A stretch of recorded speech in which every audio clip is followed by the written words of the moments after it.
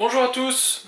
Aujourd'hui nous testons un produit assez peu cher mais très pratique et qui ira parfaitement bien avec ma carte SDXC que je vous ai présentée il y a quelques temps de cela. C'est un lecteur de carte SD et micro SD. Alors je vous montre d'abord l'emballage dans lequel ce produit est arrivé, alors commande faite sur Amazon, et voilà l'emballage, la tête de l'emballage que j'ai reçu. Alors je vous montre pas l'autre côté parce qu'il y a mes coordonnées.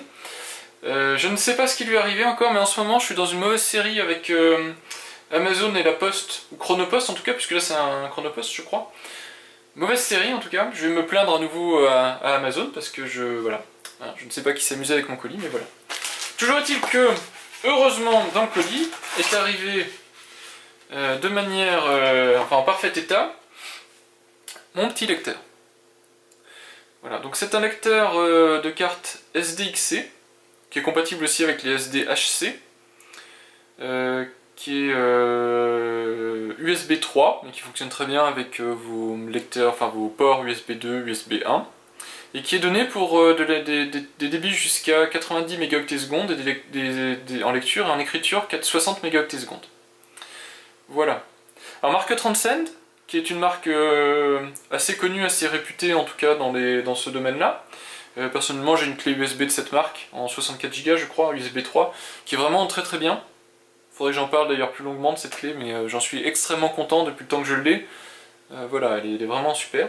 Et donc c'est pour ça que je fais confiance à cette marque, un peu comme SanDisk, hein, à force d'acheter des produits de leur marque, j'ai bien vu que ça tient la route. Et donc voilà, j'ai acheté ce modèle, donc c'est la RDF 5. Je sais pas s'il y a eu une RDF 1, 2, 3, 4, mais en tout cas voilà, c'est le modèle. Et voilà le dos du packaging. Donc on voit une clé USB sur laquelle vous insérez soit la carte SD, soit la carte micro SD sur le slot du côté. Compatible USB 2, USB 3, garantie 2 ans. Voilà ce qu'on peut en dire. Alors les raisons de cet achat-là, sur la plupart des ordinateurs portables récents, vous aurez, donc je vous avais déjà montré à l'occasion du test de la micro SD, mais vous avez par exemple des lecteurs de cartes intégrés ici, SD, XC, HC, enfin suivant l'âge de votre machine. Voilà, mais moi j'ai aussi un ordinateur de bureau qui ne possède pas de lecteur intégré, c'est un PC assemblé. Et ben voilà, il se trouve que si vous voulez ajouter en tout cas sur votre PC un lecteur de carte SD, eh bien, il faut avoir par exemple sur un emplacement 3 pouces et demi un lecteur dédié, ce que j'ai pas fait.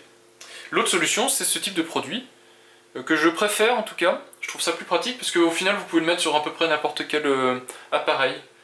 Et donc voilà, je trouve ça plus intéressant que d'investir dans un lecteur, et puis j'ai pas besoin à demeure d'avoir un lecteur sur mon ordinateur. Alors le souci, et c'est ce qu'on verra dans la deuxième partie du test, c'est que mon PC fixe est en USB 2, mon ordinateur portable est en USB 3, donc je vais faire un test comparatif entre cette clé en USB 2, cette clé en USB 3 sur mon ordinateur portable, et la carte directement dans le lecteur intégré du portable, afin d'avoir un comparatif de débit, et puis de voir si qu'est-ce qui limite en fait les débits. Est-ce que l'interface USB limite les débits, ou est-ce qu'au final c'est votre carte SD qui limitera les débits. Voilà, donc ça c'était pour l'introduction. Je pense que maintenant je peux ouvrir sans problème le produit. Donc vous voyez, c'est un packaging carton plastique, donc la clé est sous plastique, le packaging est carton. Par contre le carton est déjà prédécoupé à l'arrière, donc normalement, vous voyez, j'ai juste à forcer un tout petit peu, voilà, et le carton s'ouvre. Donc c'est pas les emballages déballés sans s'énerver qu'on peut trouver chez Amazon, mais bon, au final, voilà, vous n'allez pas non plus galérer en déballant le produit. Hop, alors je sors le produit du carton, et la voici. Donc une clé toute simple, en plastique, visiblement. Alors, elle est protégée par des... Oui, c'est ça, c'est du plastique, et puis ça a l'air d'être protégé par des petits films protecteurs, je sais pas trop. J'essaierai de les enlever si c'est possible. En tout cas, la voici. Donc vous voyez ici, alors, toujours mise au point nécessaire, voilà. Sur la tranche, et ce qui est le plus important, les deux lecteurs, SD et micro SD sur le dessous, ici. Rien sur le derrière. Rien sur l'autre côté si ce n'est une référence, rien sur le dessous si ce n'est la certification CE, et puis le port USB 3 ici. Alors le petit capuchon, Voilà, première déception entre guillemets, le petit capuchon, on peut rien en faire. Quand il est enlevé, il faut le poser sur le côté. On voit bien un port USB 3, facilement identifiable par sa couleur bleue ici. Connecteur standard en métal, donc pas de plaqué or, etc. Pas de tape à l'œil ici. Un connecteur tout à fait standard. Voilà. Alors, donc déjà deux choses à dire. Donc le produit ne coûte pas cher, le produit coûte, je l'ai acheté 6,99 €. Toujours sur Amazon, vous avez la page derrière. Donc deux petits points négatifs déjà a priori. Le petit bouchon, voilà, quand vous l'enlevez, bah, qu'est-ce que vous en faites? Ne le perdez pas, évitez de le perdre en tout cas. Ça c'est un premier point. Les connecteurs qui sont ici non protégés. Donc si vous avez envie de vous balader avec cette clé-là, je ne sais pas si vous avez besoin de la transporter, bah, les connecteurs ne sont pas protégés à l'intérieur, c'est un petit peu dommage. Et puis le fait qu'elles soient toutes en plastique, c'est des clés, alors on verra sur ce modèle-là, mais en général c'est des clés qui chauffent un peu. Dès que vous les sollicitez beaucoup au niveau des transferts débit en lecture, en écriture. Et donc bah, c'est toujours bien d'avoir une clé en métal, ça dissipe mieux la chaleur. Bon, j'imagine que ça fonctionne très bien aussi en plastique. Hein. Voilà, c'est juste, voilà. Donc 7 € la clé, comme vous pouvez le voir ici. Elle existe donc en mode seul, peut être éventuellement livrée avec une carte SD, donc il a une 30 cents de 32 Go, SDHC 1, et avec une carte micro SD de 32 Go. Alors je regarde vite fait les prix, mais à mon avis ça vaut vraiment pas le coup de prendre les packs. Ça fait une carte 32 Go à 11 €. Bon, c'est pas excessif, je pense, et puis la carte 32 Go SD à 13 €.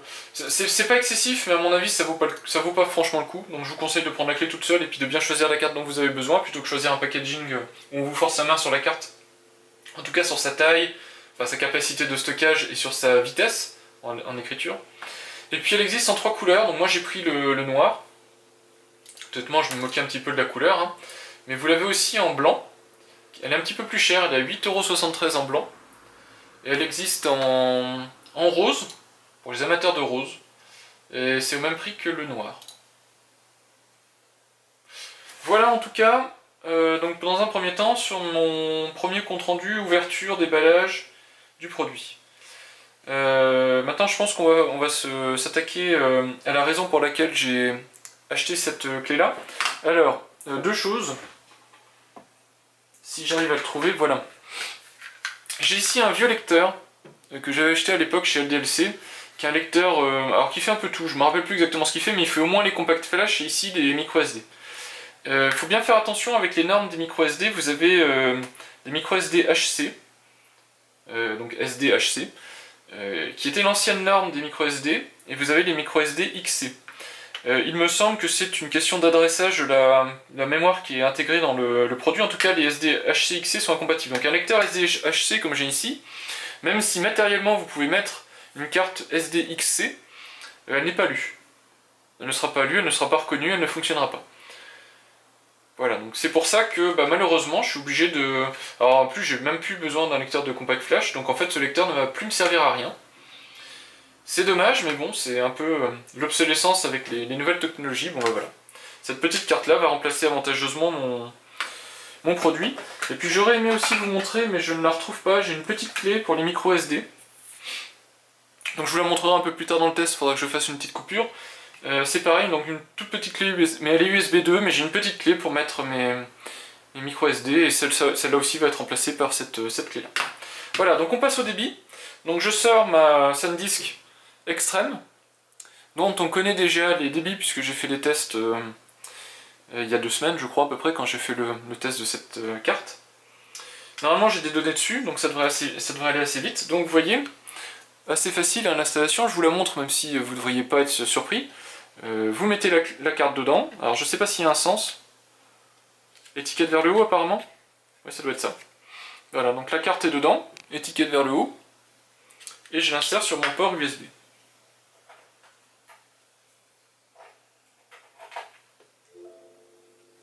Voilà.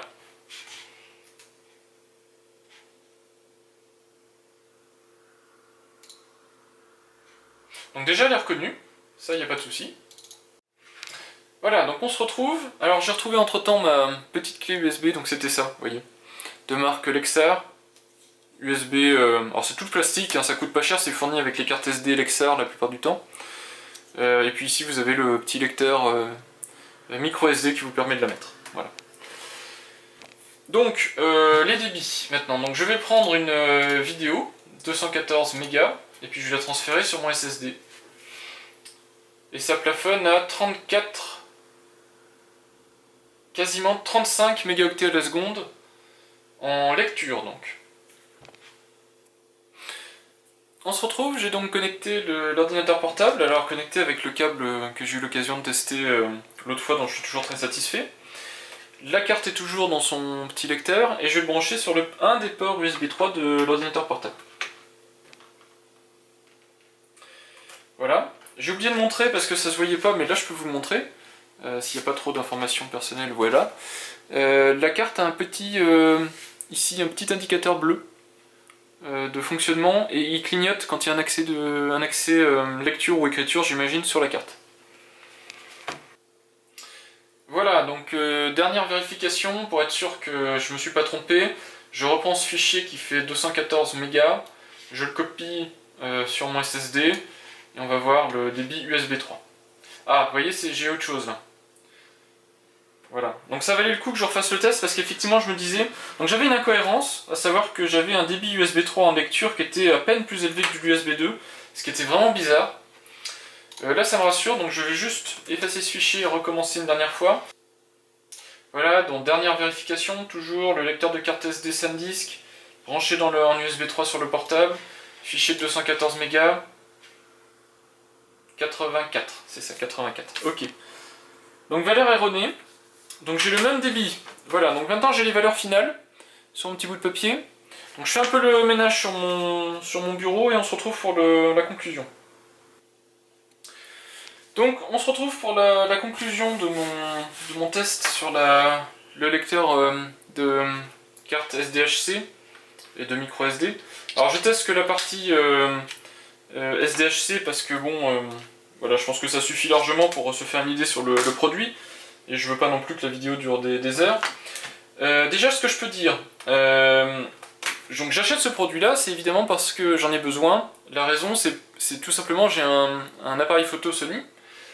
Son débit, quand je le branche en USB 2, mais peu importe d'ailleurs la norme USB, hein, c'est son débit interne qui plafonne, je suis autour de 11 à 12 mégaoctets à la seconde en lecture. L'écriture, on s'en moque un peu, parce que c'est assez peu souvent que je vais pousser des données vers l'appareil photo. Par contre en lecture, donc voilà, je tourne autour de, on va dire 12 mégaoctets à la seconde. Sur des fichiers vidéo qui pèsent, alors je sais pas, par exemple ce genre de test qui dure une vingtaine ou une trentaine de minutes, on est facilement à l'ordre de 3 gigas, de l'ordre de grandeur de 3 gigas le fichier, vous voyez le temps qu'il faut pour le ramener. C'est la raison pour laquelle si je peux aller 2, 3, 4 fois plus vite, ça vaut le coup. Raison donc d'achat de ce produit. Alors, sur mon PC fixe, je suis donc à 35 mégaoctets à la seconde en lecture. 35 mégaoctets à la seconde, c'est donc à peu près 3 fois plus rapide que l'équipement interne de mon appareil photo. Donc je vais déjà aller 3 fois plus vite, ce qui me va très bien. En lecture, donc on avait noté 28 mégaoctets à la seconde. Par contre, ce qu'on voit, c'est qu'on est extrêmement loin des débits annoncés par cette carte-là, parce que cette carte-là, si je me rappelle bien, est donnée donc à 90 mégaoctets à la seconde en lecture et à 60 en écriture. Et c'est pour ça que j'ai choisi ce modèle-là de lecteur, c'est aussi pour ces valeurs-là qu'il est donné. 90 en lecture et 60 en écriture. Donc ce type de carte extrêmement rapide va très bien avec ce type de lecteur fait pour. Quand j'ai branché donc ce petit lecteur en USB 3, j'ai bien des débits. Alors la première fois, je ne sais pas ce qui s'est passé, j'ai eu des débits très, très inférieurs à ce que j'attendais, c'est pour ça que j'ai recommencé. J'ai des débits de 84-85 mégaoctets à la seconde en lecture et de 34 mégaoctets à la seconde en écriture. Ce qui est tout à fait conforme avec ce que j'attendais, en tout cas ce que j'avais observé. Et quand je mets la même carte SD donc dans le lecteur interne, j'ai exactement la même vitesse en lecture, conforme au test aussi que j'avais fait précédemment de la carte elle-même. et j'ai à peu près la même lecture, la même vitesse en écriture, 39 mégaoctets à la seconde. Donc je suis pas tout à fait à la vitesse maximale de la carte SD, mais bon, je suis dans des vitesses qui sont tout à fait satisfaisantes pour des usages que je pourrais avoir. Voilà.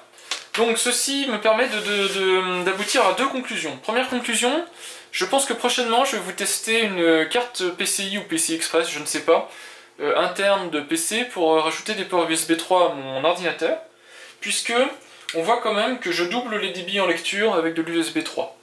Voilà, donc ça vaut le coup que je fasse un upgrade sur mon PC qui date quand même de 2009, même si technologiquement il tient la route. C'est un i7-920 avec beaucoup de mémoire vive, des SSD et compagnie, donc il est extrêmement performant. Malgré tout, il lui manque l'USB 3 et je pense que ce sera le prochain upgrade. Mais même si vous n'avez pas d'USB 3 sur votre machine, donc vous avez de l'USB 2, vous pouvez vous attendre au moins à 35 mégaoctets à la seconde, donc vous plafonnez l'USB 2. Ce qui est déjà très bien, ça montre que le produit est de qualité, puisque déjà vous allez plafonner la technologie USB 2. Et si vous avez la chance d'avoir un lecteur USB 3, ce qui est le cas si vous avez une machine un peu récente, ben là vous plafonnerez votre carte SD à partir du moment où elle ne dépasse pas un débit de 90 mégaoctets à la seconde. Voilà. Donc ceci conclut les tests de performance, et donc je résume rapidement. Produit pas cher, donc on va pas non plus attendre une finition extrêmement haut de gamme, et donc par conséquent quelques tout petits points négatifs que je vous ai relevés, à savoir donc le capuchon dont on ne sait pas quoi faire quand on démonte quand on ouvre le produit, quand il est branché, donc les lecteurs qui sont à nu, donc qui ne sont pas protégés quand vous ne les utilisez pas, ce qui peut être embêtant, je ne sais pas si ça peut avoir un impact sur la durée de vie du produit, faites attention en tout cas si vous le laissez traîner au fond d'un sac. Et puis finition toute plastique, donc éventuellement si vous faites des débits, des copies de fichiers sur donc des très gros volumes, peut-être que le produit chauffe un peu et chaufferait moins en étant en métal. Donc ça c'est les trois petits points, mais vraiment mineurs, hein, que je vois négatifs sur ce produit. Maintenant, le produit en lui-même fait 7 €. À 7 €, franchement vous avez une clé qui est de très bonne qualité, qui est une marque réputée, donc qui est garantie 2 ans, qui est USB 3, qui a de très bons débits. Ça compense plus que largement tous les petits défauts mineurs que j'ai pu vous lister. Voilà. Donc un très bon produit que je vous recommande, donc la Transcend TS RDF5, donc K pour j'imagine la version noire. Produit disponible sur Amazon, pas cher, très efficace, que j'apprécie beaucoup. Voilà, j'espère que ce petit test vous sera utile pour vous faire une idée sur le produit, puis je vous dis à bientôt dans de prochains tests, de prochaines vidéos. Merci de m'avoir suivi, et au revoir.